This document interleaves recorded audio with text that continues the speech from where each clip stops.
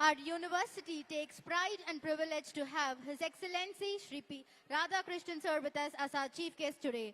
We now request our chief guest to deliver the convocation address.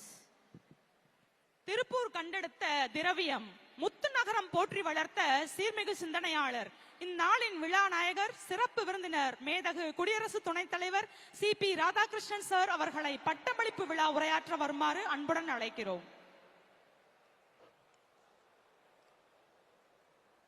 தாயின் அன்பாய், தந்தையின் அறிவாய், குருவின் ஒளியாய், தாயாய், தந்தையாய், குருவாய், தெய்வமாய் நாம் அனுதினமும் வழிபடுகின்ற புனித பாரத அன்னையின் பொற்பாதங்களை முதற்கண் பணிந்து வணங்கி, இன்றைக்கு நடைபெறுகின்ற நம்முடைய டாக்டர் எம்ஜிஆர் பல்கலைக்கழகத்தினுடைய 34வது பட்டமளிப்பு விழாவில் என்னோடு கலந்து கொண்டு எனக்கு முன்பாக உரையாற்றி அமர்ந்திருக்கின்ற சென்னை மேயராக, சட்டமன்ற உறுப்பினராக, இன்றைக்கு சுகாதாரத்துறை, தமிழகத்தினுடைய அரசனுடைய சுகாதாரத்துறை அமைச்சராக சிறப்பாக பணியாற்றி வருகின்ற பாசத்திற்கினிய சகோதரர் ஸ்ரீ மா சுப்பிரமணியம் அவர்களே, அமைச்சராக, சட்டமன்ற உறுப்பினராக, இன்றைக்கு ஒரு இயக்கத்தினுடைய தலைவராக, அந்த இயக்கத்தின் சட்டமன்ற குழு தலைவராக சிறப்பாக பணியாற்றி வந்து வருகின்ற நம்முடைய பாசத்திற்கினிய திரு நயினார் நாகேந்திரன் அவர்களே, என்னுடைய நீண்ட நாள் நண்பரும் நம் பல்கலைக்கழகத்தினுடைய வேந்தருமான பாசத்திற்கினிய ஏசி சண்முகம் அவர்களே, அவருடைய அருமை மகன் நம்முடைய தலைவர் பதவியை இந்த சர்வகலாசாலையில் ஏற்று திறம்பட நடத்தி வருகின்ற பாசத்திற்கினிய இனிய ஏசிஎஸ் அருண்குமார் அவர்களே, இந்த பல்கலைக்கழகத்தினுடைய இணைவேந்தராக சிறப்பாக பணியாற்றி வருகின்ற டாக்டர் எஸ் கீதாலட்சுமி அவர்களே, நம்முடைய பல்கலைக்கழகத்தினுடைய வைஸ் பிரசிடண்டாக சிறப்பாக பணியாற்றி வருகின்ற டாக்டர் MK பத்மநாபன் அவர்களே, செயலாளராக திறம்பட பணியாற்றி வருகின்ற A ரவிக்குமார் அவர்களே, நம்முடைய பல்கலைக்கழகத்தினுடைய ரிஜிஸ்ட்ரார் டாக்டர் CP பழனிவேல் அவர்களே, இங்கே திரளாக வந்திருக்கின்ற அருமை பெரியோர்களே, அன்புள்ளம் கொண்டவர்களே, பட்டதாரி பெருமக்களே, அந்த பெருமக்களுடைய பெற்றோர்களே, இந்த பட்டதாரிகளை உருவாக்குவதற்கு அல்லும் பகலும் உழைத்திட்ட பேராசிரியர் பெருமக்களே, உறுதுணையாக இருந்து இந்த மாணவர்களுக்கு சிறப்பாக கல்வி பெறுவதற்கு உழைத்திட்ட இந்த பல்கலைக்கழகத்தினுடைய அத்துணை பேருக்கும் என்னுடைய மனதின் ஆழத்திலிருந்து எழுகின்ற முதற்கண் வணக்கத்தை உரித்தாக்கி, புத்தாண்டு பிறந்திருக்கிறது. எந்த புத்தாண்டாக இருந்தாலும் ஒருவருக்கொருவர் வாழ்த்து சொல்வது நமக்கு ஒரு உத்வேகத்தை தருகிறது. அது தமிழ் புத்தாண்டாக இருந்தாலும், கன்னட புத்தாண்டாக இருந்தாலும், தெலுங்கு யுகாதியாக இருந்தாலும், ஆங்கில புத்தாண்டாக இருந்தாலும், ஒருவருக்கொருவர் வாழ்த்து சொல்வது என்பது நம்மை நாமளே ஊக்கப்படுத்திக் கொள்வதற்கும் உறுதியாக செயல்படுவதற்குமான மனோதிடத்தை அது தருகிறது. அந்த வகையில் உங்கள் அத்தனை பேருக்கும் என்னுடைய மனமார்ந்த இனிய 2026 புத்தாண்டு வாழ்த்துக்களை சொல்வதில் நான் பெருமை அடைகின்றேன். சென்னை போன்ற ஒரு மாநகரத்தில் புத்தாண்டு தொடக்கத்தில் நான் கலந்து கொள்கின்ற முதல் நிகழ்ச்சியாக இது அமைந்திருக்கிறது. சென்னை என்று சொன்னாலே ஒரு பாரம்பரியத்துக்கு சொந்தமான இடம். சென்னை என்று சொன்னாலே அது பழமையான கலாச்சாரத்தை போற்றுகின்ற நேரத்தில் மகத்தான புதிய மாற்றங்களையும் தனதாக்கிக் கொள்வதற்கு தயங்காத ஒரு பெருநகரம். அதுதான் சென்னையினுடைய மகத்தான சிறப்பு. தொண்டை மண்டலத்தினுடைய தலைநகராக ஒரு காலத்தில் சென்னை இருந்தது. இந்த சென்னை கடற்கரை தான் பண்டைய தமிழனுடைய பண்பாடுகளை உலகெங்கும் எடுத்து சென்றது.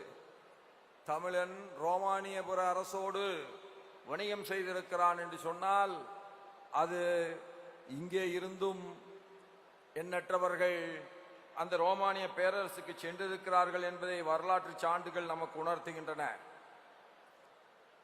அருமை சகோதரர்களே,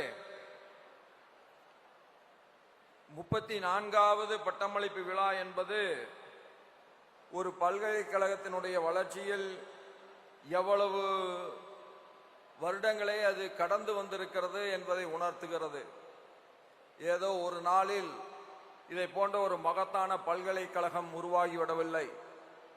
தொடர்ந்து உழைத்ததன் பயனாகவும் மாணவர்கள் மீது அதிக அக்கறை எடுத்துக்கொண்ட காரணத்தாலும் கல்வி தரத்தை படிப்படியாக உயர்த்தி கொண்டே செல்வது என்கின்ற உயர்ந்த சிந்தனையாலும் தான் இந்த பல்கலைக்கழகம் இன்றைக்கு மகத்தான பல்கலைக்கழகமாக நாட்டிலே இருக்கின்ற பல்கலைக்கழகங்களில் ஒரு சிறந்த பல்கலைக்கழகமாக இன்றைக்கு உயர்ந்திருக்கிறது.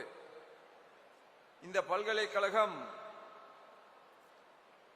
இன்றைக்கு மாணவர்களுக்கு அவர்கள் தங்களுடைய கல்வியை கற்றுணர்ந்து தேர்வுகளிலே வெற்றி பெற்று அவர்கள் பட்டத்தை பெற்று செல்கின்ற ஒரு அற்புதமான நிகழ்வாக இது அமைந்திருக்கிறது. இதை பொறுத்தளவில் இங்கே இருக்கின்ற மாணவர்கள் அவர்களுடைய வாழ்வில் ஒரு மிக முக்கியமான நாள் என்று சொன்னால் அது இந்த நாள் தான். இதுவரை சிறு வயதிலே இருந்து தங்களை தயார்படுத்தி கொண்டே வந்தவர்கள் இன்றைக்கு பட்டதாரிகளாக மாறியிருக்கிறார்கள். பட்டதாரிகள் என்று சொன்னால் அவர்கள் இனிமேல் தான் ஒரு புதிய வாழ்க்கையை துவங்கப் போகிறார்கள் என்றுதான் அர்த்தம். It is a new beginning where நாம் இதுவரை இருந்த நம்முடைய பல்கலைக்கழகத்தில் நண்பர்களோடும் ஆசிரியர் பெருமக்களோடும் உண்மையை சொல்ல வேண்டும் என்று சொன்னால் போட்டி என்பதே என்ன என்று தெரியாமல் வளர்ந்திருப்போம். ஆனால் வெளி உலகம் அப்படி பூக்களால் மட்டுமே நிரம்பியதாக இருக்கும் என்று நாம் நினைத்து விடக்கூடாது. கடுமையான நேரங்களை எந்த ஒரு மனிதனும் சந்தித்துத்தான் ஆக வேண்டும். வெற்றியும் தோல்வியும் என்பது மாறி மாறி வரக்கூடியது என்பதை நாம் அனைவரும் உணர வேண்டும். எப்படி காலையிலே சூரியன் உதிக்கிறானோ அப்படி உதிக்கின்ற பொழுதே அது மாலையிலே மறைந்துவிடும் என்பது யதார்த்தம். அதுபோல எந்த மனிதனுடைய வாழ்க்கையும் வெற்றியிலே மட்டுமே சுவைத்துக் கொண்டிருக்கின்ற வாழ்க்கையாக இருக்கும் என்று எதிர்பார்க்க கூடாது. வெற்றியும் தோல்வியும் இரவையும் பகலையும் போல மாறி மாறித்தான் வரும். வெற்றி பெறுகின்ற பொழுது அகங்காரம் கொள்ளக்கூடாது. தோல்விகளை கண்டு துவண்டு விடவும் கூடாது. தோல்விகள் தான் ஒரு மனிதனுக்கு வெற்றியை காட்டிலும் அதிகமான அனுபவத்தை தருகிறது, படிப்பனையை தருகிறது. அதனால் தான் நம்முடைய பெரியவர்கள் சொன்னார்கள், எந்த நேரத்திலும் உன் நிலையை தன்னிலையை இழந்து விடாதே என்று சொன்னார்கள். அந்த ஒன்றைத்தான் நான் உங்களுக்கு கோடிட்டு காட்ட விரும்புகிறேன். வெற்றி என்பதும் தோல்வி என்பதும் மாறி மாறித்தான் வரும். ஆனால் எதையும் தாங்குகின்ற மன உறுதியை நீங்கள் பெற வேண்டும். அப்பொழுது மகத்தான வெற்றி உங்களுக்கு காத்திருக்கிறது என்பதிலே மாற்றம் இல்லை. அதுபோல இங்கே நம்முடைய வேந்தர் அவர்கள் எவ்வளவு கடுமையான உழைப்புக்கு பின்பாக இவ்வளவு ஒரு ஆலமரத்தை போன்ற ஒரு பல்கலைக்கழகத்தை உருவாக்கி இருக்கிறார்கள் என்று நினைத்து பாருங்கள். அவர் பேசுகிறதை போது சொன்னார், அவரும் நானும் எதிரெதிர் வீட்டிலே வசித்ததை பற்றி எல்லாம் குறிப்பிட்டு சொன்னார்கள். உண்மைதான். நான் ஒரு இயக்கத்தினுடைய தலைவராக இருந்த நேரத்தில் சென்னையில அவருடைய வீட்டுக்கு எதிரிலே தான் நானும் வசித்தேன் என்பது இன்றைக்கு நான் அதை நினைவு கூறுவதிலே உண்மையிலே மனமகிழ்ச்சி அடைகிறேன். ஆனால் மாணவர்களை பார்த்து நான் சொல்ல விரும்புவதெல்லாம் ஒன்றுதான். ஏதோ பட்டம் பெற்று விட்டோம் என்று சொன்னால் நம்முடைய வேலை அதோடு முடிந்து விட்டதாக நீங்கள் நினைக்கக்கூடாது. இன்றைக்கு உலகத்தில் ஏற்படுகின்ற கடுமையான போட்டிக்கு காரணம் மாற்றங்கள் தினந்தோறும் வந்து கொண்டு இருக்கிறது. எதை எடுத்தாலும் அதில் ஒரு பெரிய மாற்றம். அது ஏஐ என்று வருகிற பொழுது இன்னும் மிகப்பெரிய மாற்றத்தை நம்முடைய சமுதாயம் சந்திக்க போகிறது. கடந்த காலங்களில் இருந்த டெக்னாலஜிக்கும் இன்றைக்கு இருக்கிற டெக்னாலஜிக்கும் எவ்வளவு மாற்றம் என்று கேட்டோம் என்று சொன்னால் அது பகலுக்கும் இரவுக்கும் இருக்கின்ற இடைவெளியை போன்ற ஒரு பெரிய மாற்றம். ஆகவே நாம் ஒன்றை உணர்ந்து கொள்ள வேண்டும், மாற்றம் ஒன்று மட்டும்தான் மாறாதது. அதற்கு ஏற்ப வாழ்வதற்கு நம்மை நாம் தயார்படுத்திக் கொள்ள வேண்டும். அப்படி என்று சொன்னால் நீங்கள் ஏதோ பல்கலைக்கழகத்தில் படித்து முடித்து விட்டோம் என்று உங்களுடைய கல்வி தேடுதலை நிறுத்திவிடக்கூடாது. தினந்தோறும் 1 மணி நேரமாவது புது புது விஷயங்களை படித்து அறிந்து கொள்வதற்கும் நீங்கள் சார்ந்திருக்கின்ற துறைகளில் என்ன புதிய மாற்றங்கள் வந்து கொண்டிருக்கிறது என்பதை உணர்ந்து அதை படித்தறிந்து உங்களை ஒவ்வொரு நாளும் மேலும் மேலும் தகுதியுள்ளவர்களாக மாற்றிக்கொள்வதும், காலம் உங்களை கடந்த காலத்து பட்டதாரியாக காட்டாமல் காலம் உங்களை அன்றைக்கு என்ன விஞ்ஞான அறிவு தேவையோ அந்த அறிவை கொண்டவராக புத்தம்புது பட்டதாரியாக தினந்தோறும் உங்களை நீங்கள் புதுப்பித்துக் கொள்ள வேண்டும் என்று நான் கேட்டுக்கொள்கிறேன். அருமை சகோதரர்களே, இங்கே உங்களை எல்லாம் பார்க்கிற பொழுது எனக்கு ஒரு மகத்தான நம்பிக்கை வருகிறது. மோடி அவர்கள் 2047 இந்த இந்திய தேசம் உலகத்தின் மிகப்பெரிய வல்லரசாக, மிகப்பெரிய பொருளாதார ஆளுமையாக வர வேண்டும் என்கின்ற இலக்கை நிர்ணயித்து இருக்கிறார்கள். இதையவே நாம் ஒரு 10 ஆண்டுகளுக்கு முன்பாக சொல்லி இருந்தோம் என்று சொன்னால் இதை நம்புபவர்களை காட்டிலும் நகைப்பவர்கள் தான் அதிகமாக இருந்திருப்பார்கள். ஆனால் எங்கோ இருந்து நாம் இன்றைக்கு 5வது பெரிய பொருளாதார வல்லரசாக உருவாகி அதிலே இருந்து இன்றைக்கு 4வது பெரிய வல்லரசாக உருவாகி இருக்கிறோம். விரைவிலேயே நாம் 3வது வல்லரசாக உயரப்போகிறோம் என்பதுதான் ஒவ்வொரு இந்தியனுக்கும் மகத்தான பெருமையாக இருக்கிறது. ஆனால் இன்றைக்கு உங்களையெல்லாம் பார்க்கிற பொழுது எனக்கு ஒன்று புரிகிறது. 2047 அல்ல, அதற்குள்ளாகவே கூட இந்த இளைய மக்களுடைய பேரார்வமும் அவர்கள் தங்களை அறிவில் சிறந்தவர்களாக மாற்றிக்கொள்ள வேண்டும் என்கின்ற துடிப்பையும் அவர் முகங்களிலே பார்க்கிற பொழுது 2044 முன்னாகவே பல்வேறு துறைகளில் இந்தியா உலகத்தின் முதலிடத்தை பிடிக்கும் என்கின்ற பெரு நம்பிக்கை எனக்கு வருகிறது. இந்த நேரத்தில் டாக்டருக்கும் டெக்னாலஜிக்கும் என்ன சம்பந்தம் என்று எண்ணிவிடாதீர்கள்.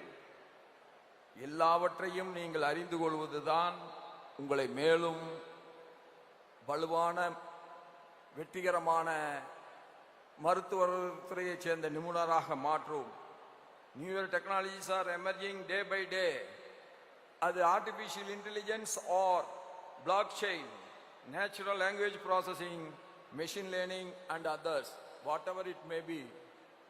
Even if it is not connected with your subject, but you must always try to understand the minimum at least, so that the minimum knowledge will help you to make you more brilliant, more efficient and more talented. And நான் மீண்டும் உங்களிடத்திலே ஒரே ஒன்று வார்த்தையை சொல்லி நான் நிறைவு செய்கிறேன். இலக்கில்லாமல் ஒரு மனிதன் பயணிக்க கூடாது. இன்றைக்கு பட்டதாரிகளாக வெளிவருகின்ற நீங்கள் உங்கள் வாழ்க்கையில் எதை இலக்காக கொண்டு பயணிக்க விரும்புகிறீர்கள் என்கின்ற முடிவை எடுக்க வேண்டும். அதை நோக்கி உங்களுடைய பயணம் அமைய வேண்டும். நான் ஒன்றை சொல்லுகிறேன். நமக்கு எல்லோருக்கும் தெரிந்து சுவாமி விவேகானந்தர் அவர்கள்தான் மனத்தின்மையில் மகத்தான மகான். ஆனால் அந்த மகத்தான மகானே பல நேரங்களில் மனத்தின்மையை இழந்திருக்கிறார்கள் என்பது யதார்த்தமான உண்மை. ஆகவே தோல்விகளை கண்டு துவண்டு விடாமல் உங்களுடைய பயணத்தை நீங்கள் தொடருங்கள். ஆனால் அந்த வேகத்தை நிர்ணயிக்க வேண்டியது நீங்களாகத்தான் இருக்க வேண்டும். உங்கள் குறிக்கோளை நோக்கி உங்களுடைய பயணத்தினுடைய வேகம் உங்களால் மட்டும்தான் நிர்ணயிக்கப்பட வேண்டும் என்று நான் கருதுகிறேன். எதற்காகவும் எப்பொழுதும் மற்றவர்களோடு உங்களை கம்பேர் செய்யாதீர்கள். மற்றவர்களோடு உங்களை ஒப்பிட்டு பார்க்காதீர்கள். இறைவன் எல்லோரையும் ஒரே விதமான திறமையுடன் படைக்கவில்லை. அவரவர்க்கென்று தனித்திறமைகள் இருக்கிறது. அதை கொண்டு எப்படி முன்னேறுவது என்று பாருங்கள். அதே நேரத்தில் எந்த நேரத்திலும் குறுக்கு வழியை தேடிவிடாதீர்கள். குறுக்கு வழி வெற்றிகள் பிரமாதமானதாக மகத்தானதாக ஒரு குறிப்பிட்ட நேரத்திற்கு தோன்றக்கூடும். ஆனால் அதற்கு பின்பாக ஒளிந்திருக்கின்ற மகத்தான உண்மை எது என்று கேட்டால் அது மிகப்பெரிய வீழ்ச்சியிலே கொண்டு போய் நம்மை சேர்த்து விடும். சிறிதாக இருந்தாலும் நீங்கள் எடுக்கின்ற அத்துணை முயற்சிகளும் அறம் சார்ந்ததாகவும் ஒழுக்கம் சார்ந்ததாகவும் உங்களுடைய முயற்சிகளாகவும் இருக்கட்டும். நிச்சயமாக வெற்றி உங்களை தேடி வரும். யாராலும் உங்கள் வெற்றியை தடுத்து நிறுத்த இயலாது. ஆகவே உங்களுடைய இலக்கு, உங்களுடைய இலக்கை நோக்கி உங்களுடைய பயணம், உங்களுடைய பயணத்தினுடைய வேகத்தை நீங்களே நிர்ணயம் செய்து தொடர்ந்து நீங்கள் முயற்சிப்பீர்கள் என்று சொன்னால் நிச்சயமான வெற்றி உங்களை சந்தித்தே தீரும். அந்த வெற்றியை ஆண்டவனால் கூட தடுக்க முடியாது என்று நான் கருதுகிறேன். அத்தகைய மகத்தான வெற்றியை பெறுவதற்கு உங்கள் அத்தனை பேரையும் வாழ்த்தி இந்த புத்தாண்டு உங்களுக்கு எல்லா வளங்களையும் எல்லா நலங்களையும் மகத்தான பெருமைகளையும் கொண்டு வந்து சேர்க்கின்ற ஆண்டாக இருக்கட்டும். இன்றைக்கு நம்முடைய பல்கலைக்கழகத்தை விட்டு நீங்கள் பட்டதாரிகளாக வெளியே செல்கின்ற இந்த நேரத்தில் உங்களுடைய எதிர்கால முயற்சிகள் எல்லாம் இறைவன் அருளால் மகத்தான வெற்றிகரமானதாக அமைய வாழ்த்தி வார்த்தைகளை நிறைவு செய்து அமர்கின்றேன். நன்றி, வணக்கம். ஜெய், வாழ்க பாரதம். Thank you, sir. Your presence has added an immense value to this convocation, and your words and wisdom has enlightened and encouraged all the young minds. It is our pride to announce that